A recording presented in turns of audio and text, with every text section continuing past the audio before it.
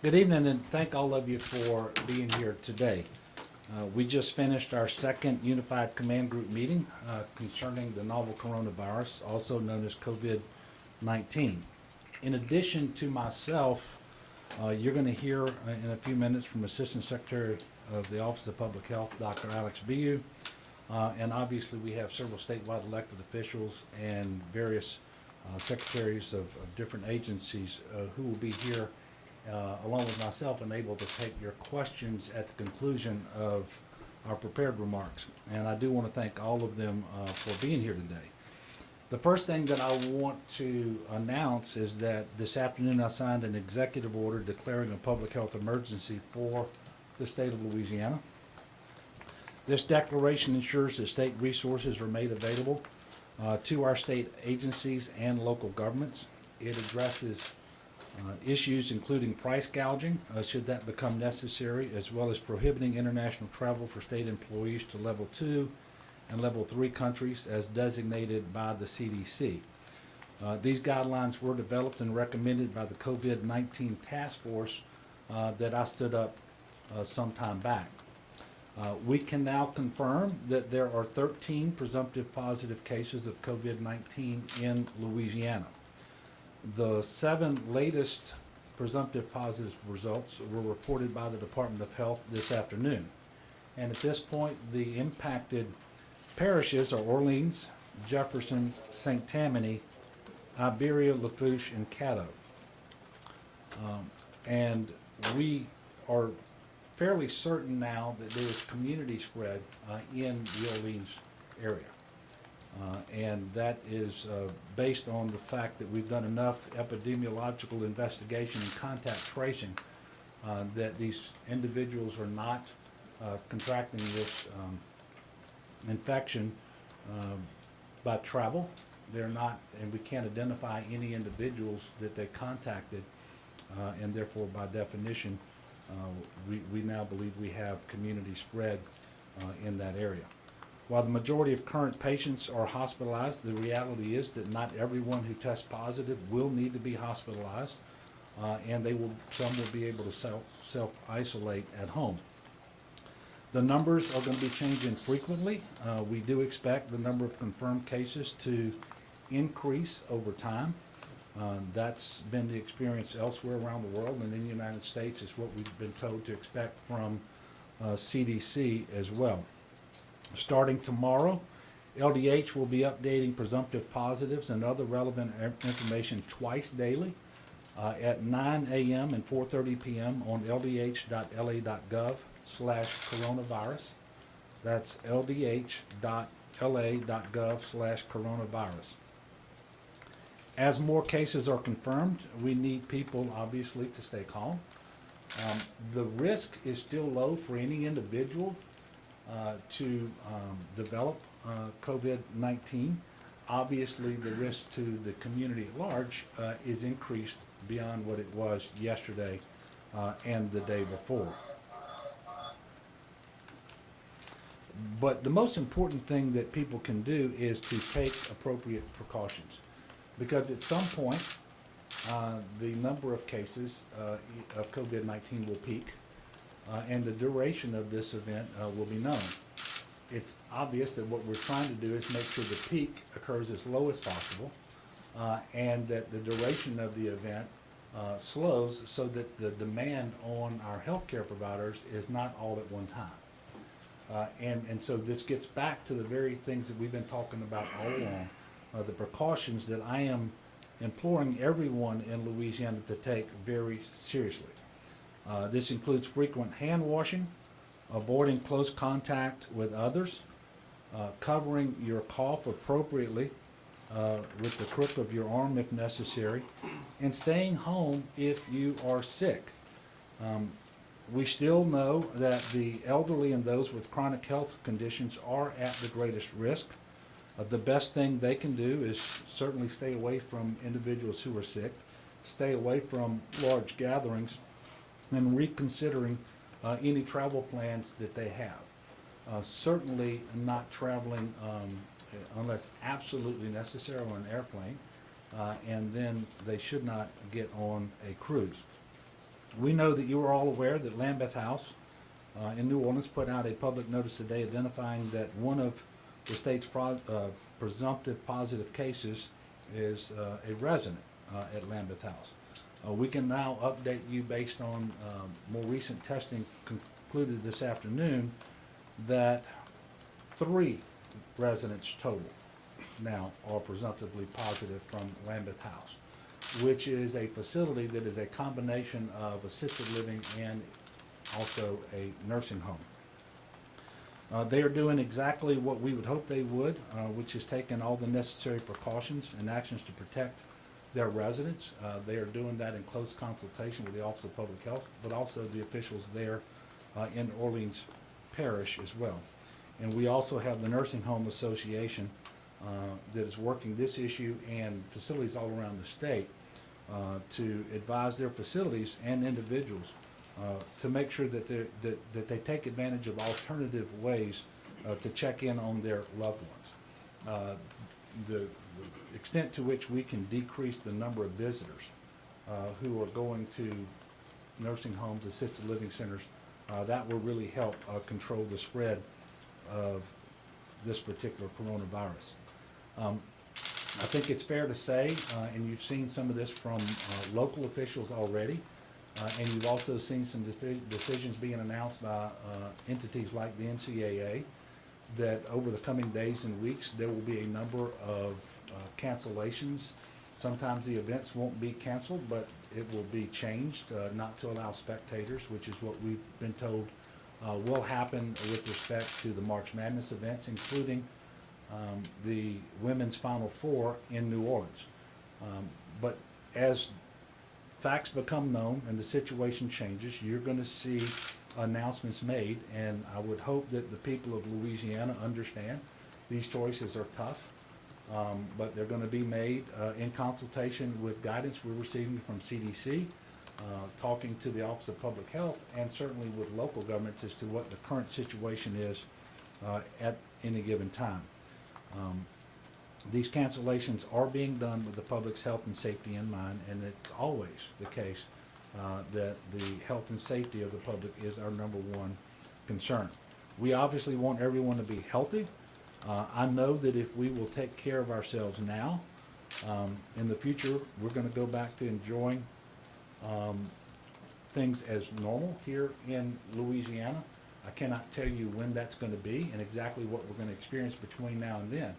But what I can tell you, and I have no doubt that I'm right when I say this, is that the extent to which people engage in the precautions that we have encouraged them to follow, we will get through this with the least amount of spread and disruption, and in the least amount of time. In closing, I would like to make an announcement about tomorrow in the morning. We're going to be joined by the United States Surgeon General, Dr. Jerome Adams, for a meeting about our response to COVID-19 here in Louisiana. We're going to be giving him updates on the situation, and I'm glad that he is coming. It's actually, this trip has been in the works for several weeks, long before the COVID-19 situation actually came about. But we're going to take this opportunity in order to interact with him and give him a briefing on what's happening here in Louisiana. This will include a number of local officials and healthcare stakeholders from around the state of Louisiana as well. We will have a joint press conference tomorrow morning after that meeting, and my office will have more details about that press conference later tonight. So I thank the Surgeon General and the federal officials who provided information and support to the state. Tomorrow's discussion is going to be important. Today, I have been in contact with Dr. Brett Giroir. He's actually a Louisiana native. He's the Assistant Secretary for Health and Human Services in Washington. And I've been in contact several times with Vice President Pence's office. At this time, I'm going to ask Dr. Bu to come up, provide more details. At the conclusion of that, we will take your questions. Thank you, Mr. Governor. Thank you all. To reiterate some of the information that the Governor just shared, as of today, we added 7 new individuals with COVID-19 for a total of 13 currently identified as presumptive positive cases in the state of Louisiana. We are sending samples to the CDC for their confirmation, but we are confident in our test and believe these are individuals with COVID-19. And our team in the Office of Public Health and at the Louisiana Department of Health is working with healthcare providers, the individuals, and their close contacts to quickly identify individuals who could be at risk for having come into contact with those individuals, and ensuring that they're getting the proper messages about how to take precautions for themselves, and again, take steps to mitigate the spread or slow the spread of COVID-19 in our state. As the governor also said, we do believe, given that the majority of cases that we have so far are in Orleans Parish, several of which, most of which, don't necessarily relate to each other, that we do have community spread, at least in the greater New Orleans area. The most important thing that people can do with that information is be sure to take the advice that you just heard. And that's cover your cough. If you are sick, you should be staying home, contacting your healthcare providers, where they will talk you through an assessment just as they would any other time. We should all be washing our hands frequently, and that goes for the entire state, not just the greater New Orleans area.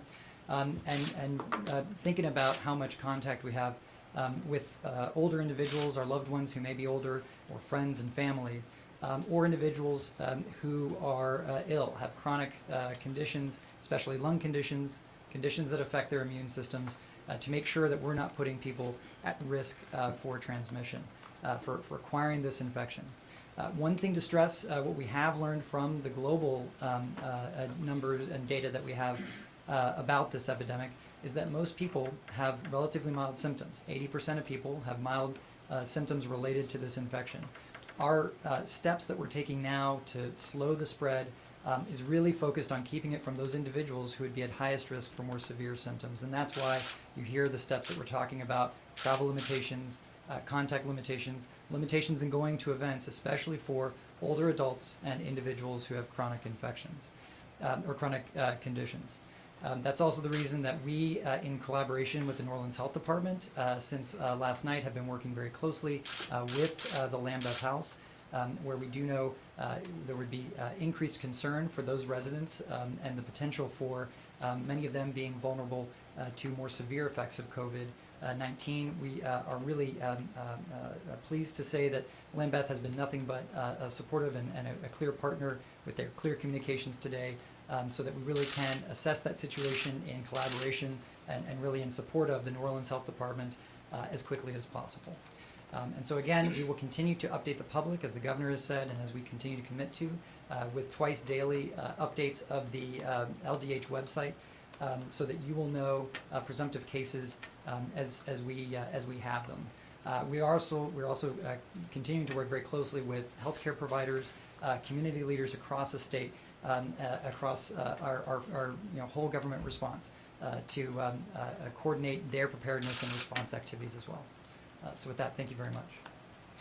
Okay, so we're going to take some questions. Yes, sir. First, we go through the list of parishes impacted, and secondly, we field a lot of questions in our newsroom concerning whether or why public leaders won't say what hospitals specifically these patients are being treated in. Is there a reason for that? Well, there is a reason. We have federal laws that we are trying to adhere to, obviously, and they prohibit us from giving certain information that would not only identify a particular patient, but perhaps allow for the identification of a particular patient. Having said that, I do believe that going forward, we are going to give information about particular hospitals, not any identifying information about the patients themselves. And I think the first question you asked were about the parishes. So the parishes are Orleans, Jefferson, St. Tammany, Iberia, Lafourche, and Caddo. Now, when that list of parishes we put out as being impacted, meaning that either there is an individual from that parish who's presumptively positive, or they're being hospitalized in that parish, or potentially both. So that's the what we're trying to communicate when we give that list. Yes, sir. Governor, in addition to the 13 positive cases, how many tests total has the state administered since? Oh, well, I'm going to ask Dr. BU to come up. Obviously, the testing has been ramped up. When he gives you the numbers, though, I do want you, first of all, the number of tests for individuals who are meeting the testing guidelines that we're getting from CDC, that number is increasing. But the biggest number of increased tests are for what we call surveillance testing. And so it gets pretty complicated. I shouldn't even try this. But you have a plate with 122 wells. We're not testing that many people who meet the CDC guidelines at any given time. But once you run the test, because of the limited reactive agent and other things, then those wells cannot be tested again. So what we're doing is we're filling those wells with surveillance samples, meaning someone may have come in and been tested for the flu, and we have a sample, and so we're doing surveillance. So I'm going to ask him to come up and tell you about that, and he'll also tell you about the fact that we've recently received additional test kits as well, so that our testing capacity is being increased. Thank you. So when it comes to testing, we are testing almost around the clock at this point. So those numbers are going to change hour by hour. I don't have the exact numbers.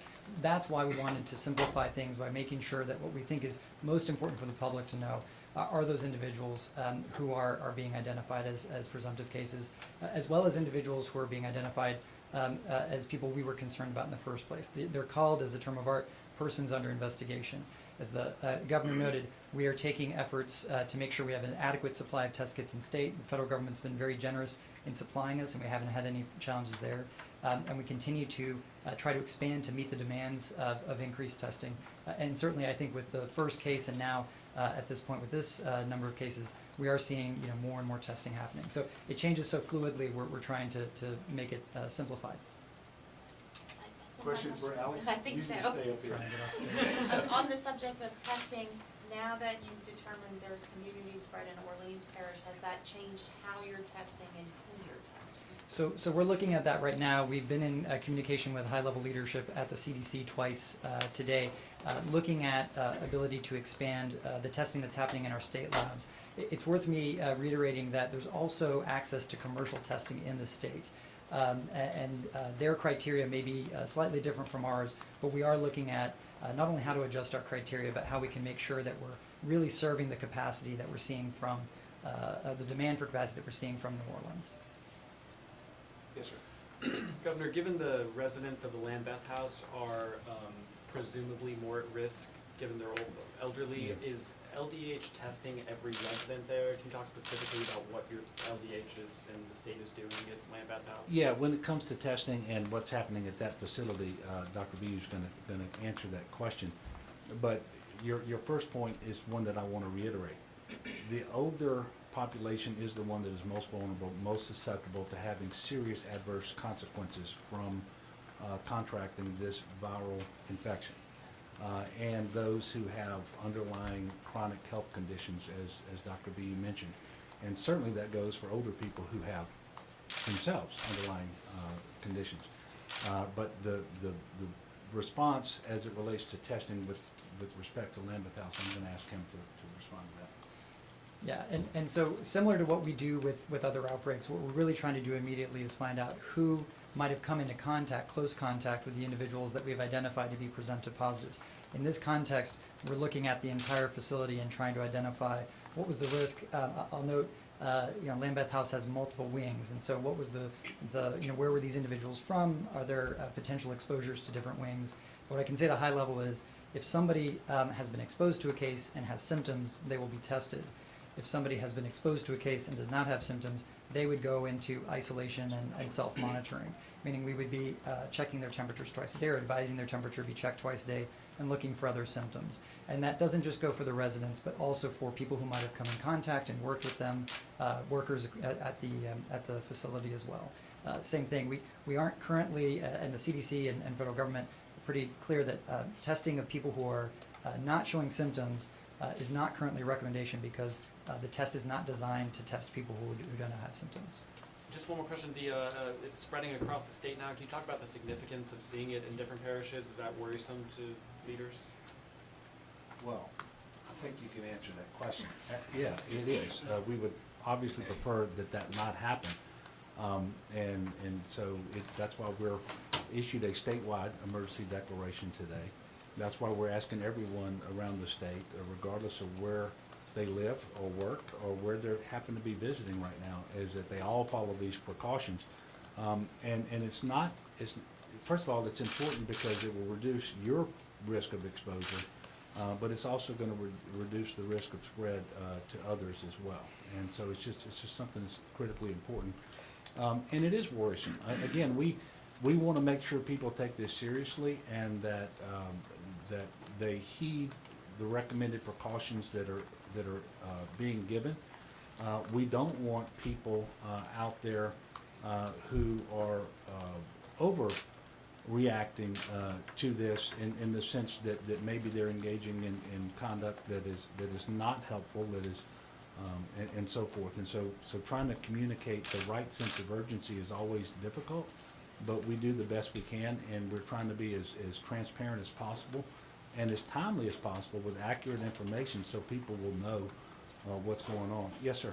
Governor, so when you said it about urgency in regards to Orleans and Jefferson Parish, we talked about those numbers, but you've seen a couple of college campuses have already converted to online classes. I mean, do you think that's an overreach, or do you think that's a good precaution? No, well, first of all, if they have the capacity to deliver education online and minimize travel and personal contact, then I think that is something that is smart. We are seeing, I don't know that they've made the transition. I think they've announced dates by which they intend to make the transition, just so I think we're communicating a little more clearly about what the facts are. But that is something that they were asked to consider. They were given information that would form the basis of that request. They then evaluated what their ability to deliver via distance learning was and have opted to do that. And so yeah, I think that's important. Everything that we can do right now to minimize the travel and the unnecessary contact and so forth, I think can be helpful.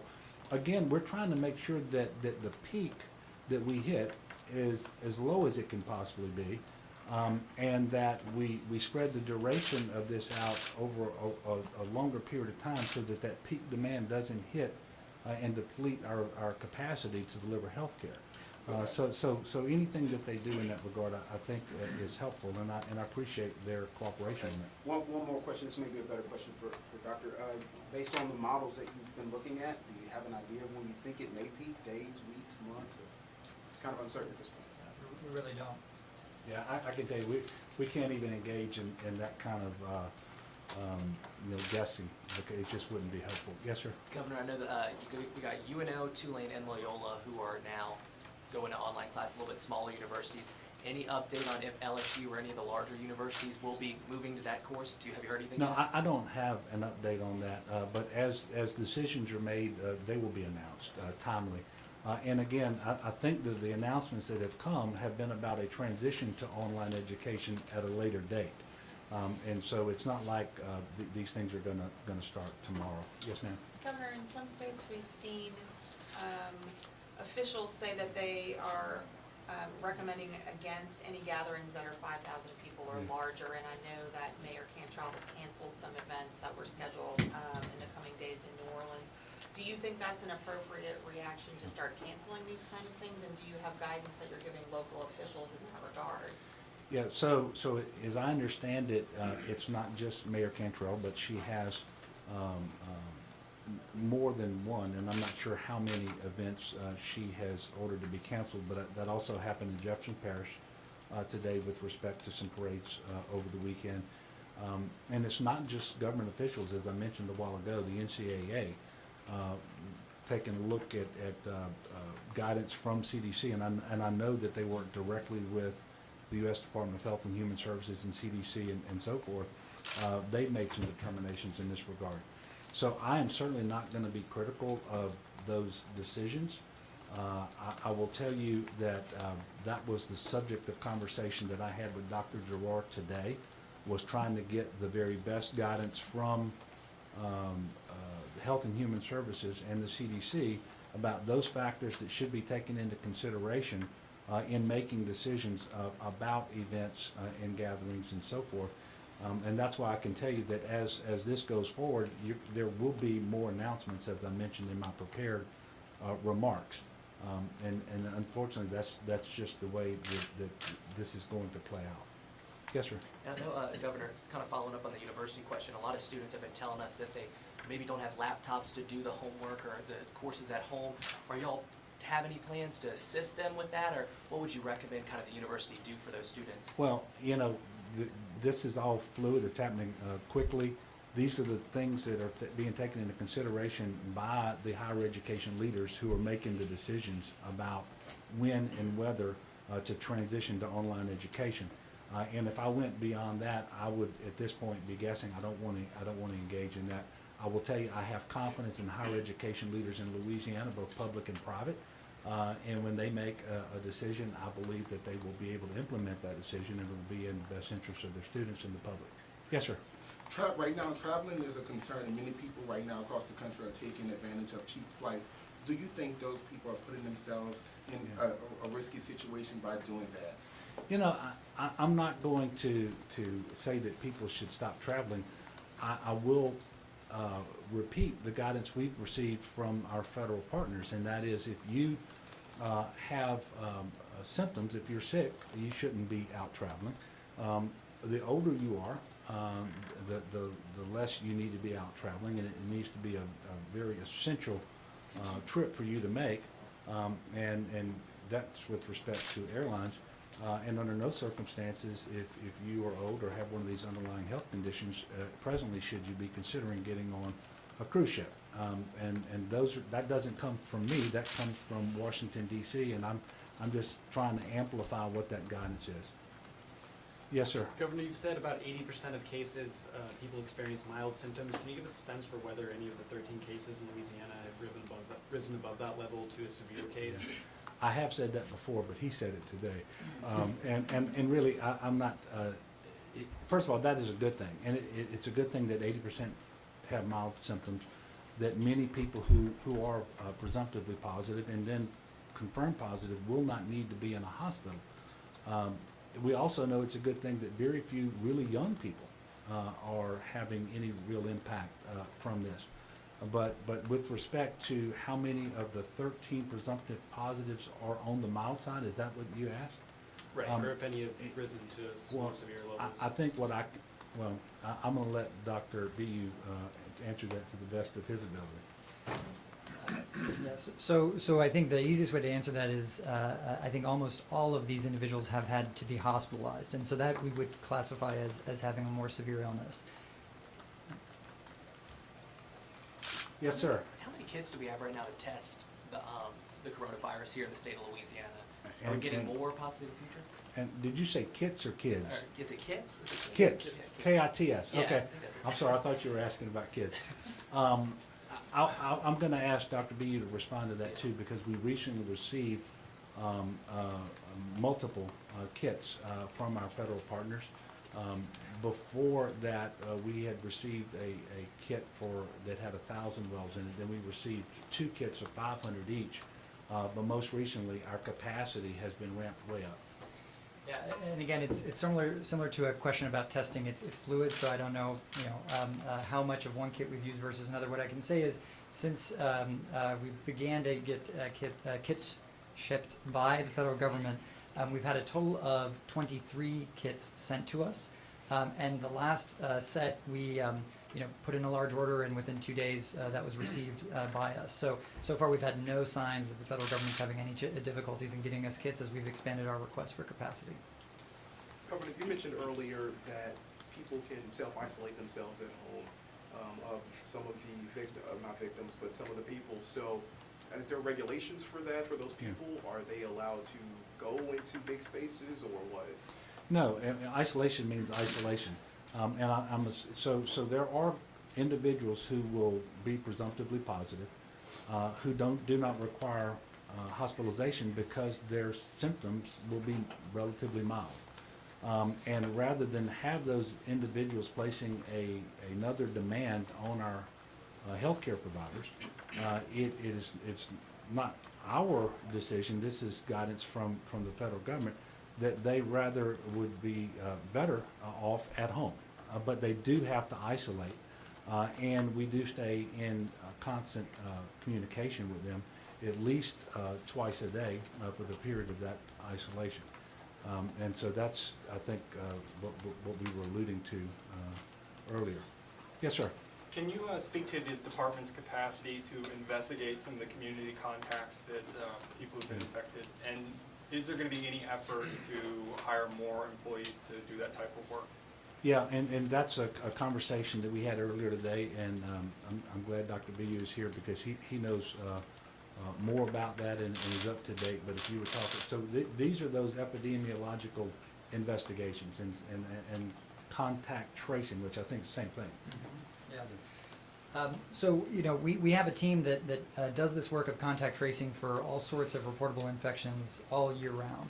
That team is really who's front and center right now, taking those calls from providers, you know, allowing those tests to be performed, and then also following up these presumptive positive cases, really identifying who's come in close contact with them since they were symptomatic. So they're working really around the clock. We've recently moved staff within the Office of Public Health to augment that team. We've also been working, especially because of the number of cases in the New Orleans area, with the New Orleans Health Department, who also has some capacity to help with that contact tracing. And then most recently, we've been speaking with our federal counterparts and have asked and been answered that we receive some support from federal CDC staff to come into state as well to augment that team. It's a really critical role, but we're also a very generous and gregarious people, so we have lots of contacts, and that means lots of people for our teams to be making notifications to and learning more about. How many federal investigators are going to be coming in to augment the state's efforts? So I don't have those specific numbers at this time. This is for the doctor as well. How much work do you have to put in to do just one contact tracing? Well, so not being a contact tracer myself, I want to caveat that, you know, there's an entire specialty here for these epidemiologists, these disease investigation specialists. But I would need to have a conversation with you and ask about, you know, how many people. First of all, when were you first symptomatic? How many people have you come into close contact? Relatively, like 6 feet or so in close contact. What was the nature of that contact? And we're going back for days. So, you know, really think about if you had to go back a week and think about all the people you've come into contact with, in close contact with. We take that information down, then we need to reach out to those individuals. And it's sort of a spreading ring of making sure that we get to the point where we know who has no symptoms and just needs to monitor. Okay, so we'll do one more question. Yes, sir. Of course, tourism is a big part of Louisiana's industry, and New Orleans, of course, has 2 big music festivals coming up.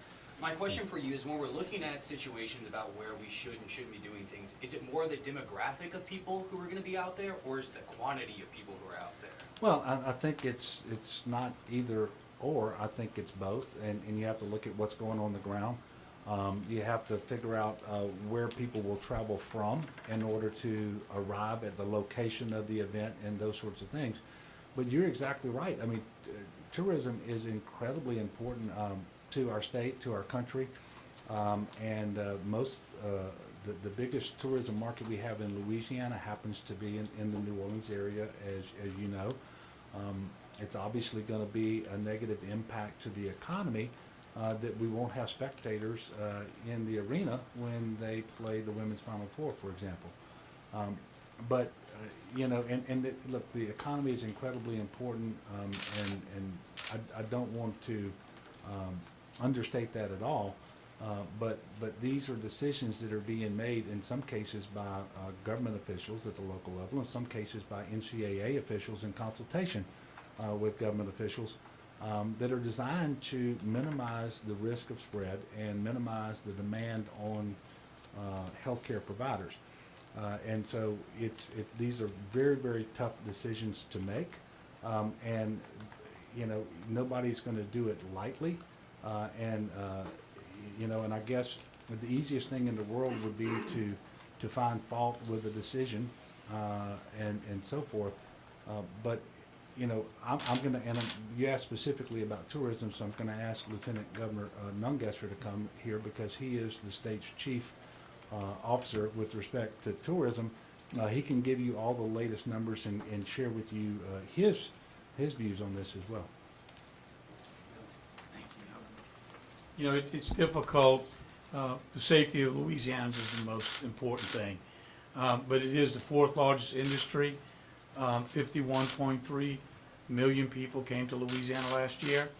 And this is the time of the year where the restaurants, hotels make that money to help them through the summer when some don't survive.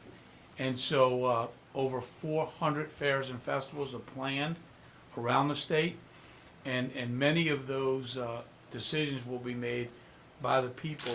Jazz Fest, for instance, owned by a group out of California. They will make that decision. Right now, it's still on. French Quarter Fest is a local event. I'm sure the mayor and those coordinators will make that decision. We're trying to do everything we can to give people the comfort level to eat in the restaurants, to healthy people, and to do it with caution because we want to support that industry. We've asked Louisianans that are healthy to staycation here in Louisiana and go out and support our businesses because it is very important to the industry and will have a long-term effect because of this horrible virus. But thank you. So, as we mentioned, we will have a press conference tomorrow morning following the visit with the U.S. Surgeon General. I want to thank you for coming out tonight and appreciate your patience. And again, I want to thank this team who's up here, all of whom are working extremely hard. And this is a very serious situation, as you know. I think the Lieutenant Governor put it perfectly. The health, safety, well-being of our public is the #1 priority, period. So thank you all.